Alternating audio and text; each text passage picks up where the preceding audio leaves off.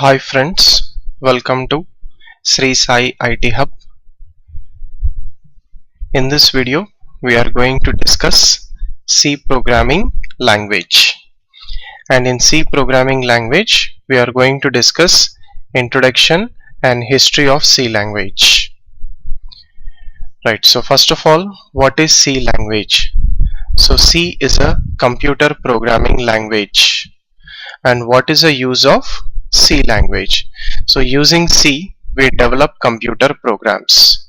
Example, calculators, student report card, hotel bill application, supermarket bill application, etc. So which means that using C, we can develop computer programs or computer applications or computer software. Okay. Next, coming to the history of C language. So C language was invented by Dennis Ritchie in the year 1972, and it was invented at Bell Laboratory, and this laboratory is in AT&T company, which stands for American Telegraph and Telephony, and this is in USA. Right, so like in India you have BSNL, Bharat Sanchar Nigam Limited. So similarly in USA there is a government owned telecommunication company, and that company is AT&T, American Telegraph and Telephony. Right, so this is a small introduction and history of C language. So simple, using C language we can develop computer programs. Right, so initially one important point related to C language. Initially C language was not used for writing computer programs, but it was used for developing a successful and complete operating system for computers. This was the main purpose of C language, and this became successful in the year 1978. In the year 1978, and that operating system was Unix operating system, and that operating system was Unix operating system. So based on Unix operating system, today we have many different operating systems by different companies. Like we have Red Hat Linux, we have Ubuntu Linux, we have Cent operating system Linux, we have Dolphin Linux, we have Fedora Linux, etc. Like this we have some hundreds of operating systems which are based on Unix operating system, and this Unix operating system is purely developed in C programming language. Next, coming to what exactly C language is developed from. Okay, so basically C language is also developed from two other languages. First one is B language and second one is BCPL. So BCPL stands for Basic Combined Programming Language. So combining these two languages we got the C language. Okay, right. So using C language we can develop computer programs. But coming to the main softwares which we can develop using C. So there are two types of softwares which we can develop using C language. First one is system software and second one is application software. Now what is this system software? And next, what is this application software? We'll discuss a little bit in detail. So coming to the system software, it is a software which is used to talk to the computer machine or computer hardware directly. Okay, so it is a software which is used to communicate or talk to the computer machine directly. Hence this software is also known as machine software or low level software. Okay, so this software will communicate with the machine directly. That's why it is called as machine software or low level software. And examples for system software is operating systems. Okay, so whenever we buy a new computer or a new laptop, first we will install operating system. Without operating system we cannot use the computer or laptop. So operating system comes under system software. It is a mediator between end user and your computer hardware. Okay, right. So after installing operating system, we install device drivers.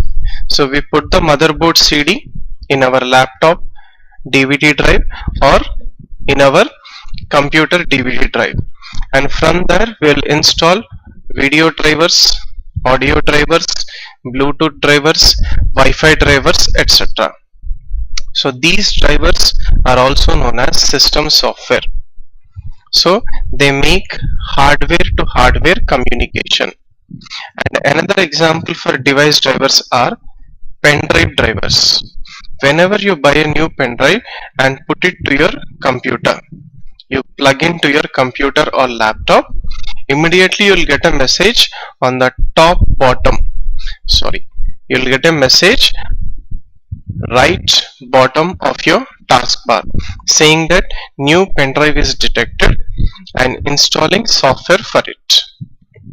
So that is called as USB drivers. Similarly, whenever you buy a new printer or a new scanner attached to the system, your computer system, immediately you can't take a printout. So we have to install the printer software. So that printer software comes under system software. So hardware to hardware communication, one hardware to another hardware communication is done through device drivers. Next, BIOS, basic input output system software.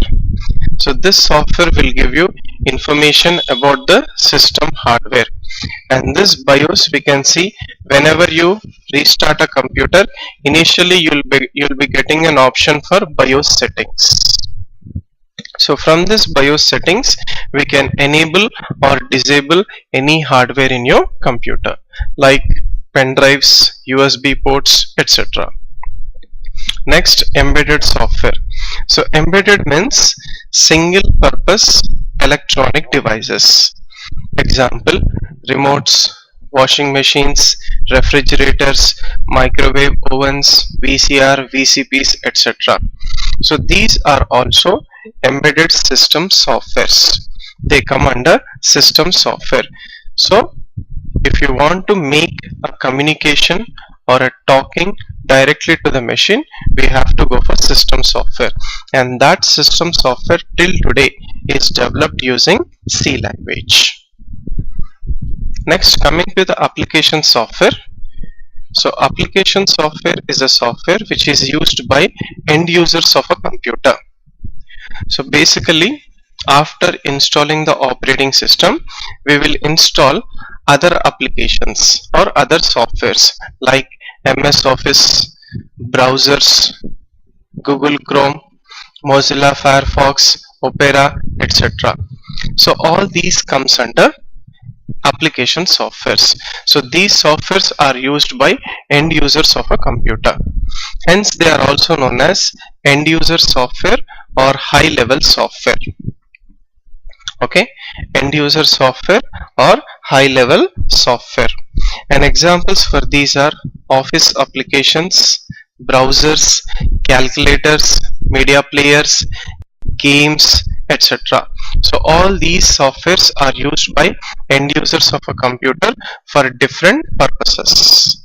Okay, right. So these are the two types of softwares which we can develop using C language. One, system software. Two, end user software or application software.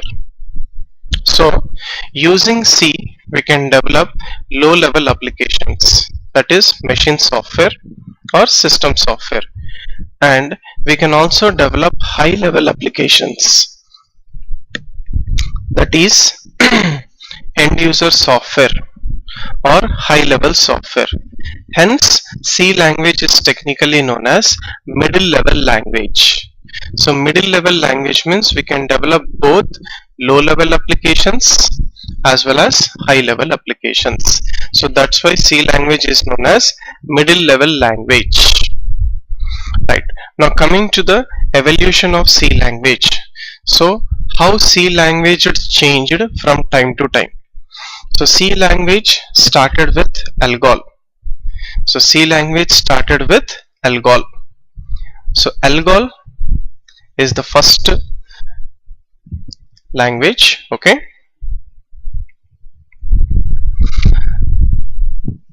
And from there we got BCPL, Basic Combined Programming Language. So Algol language is maintained by International Group for Programming, and this was in the year 1960. Then followed by BCPL, which was invented by Martin Richards in the year 1967, and then followed by B language in the year 1970 by Ken Thompson.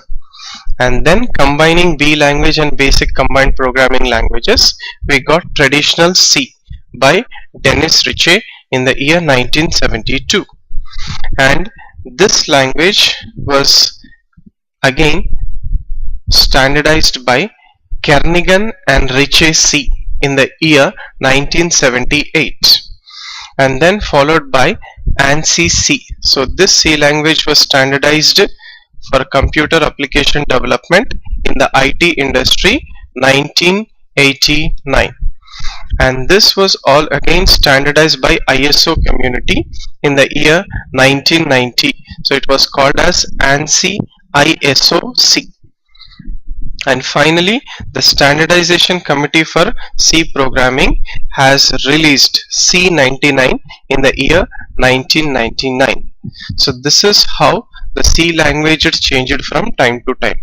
First Algol, second BCPL, third B language, fourth traditional C, fifth Kernighan and Ritchie C, sixth ANSI C, seventh ANSI ISO C, and then C99 in the year 1999. Right. So this is what is all about introduction and history of C language. Thank you friends. Have a great day.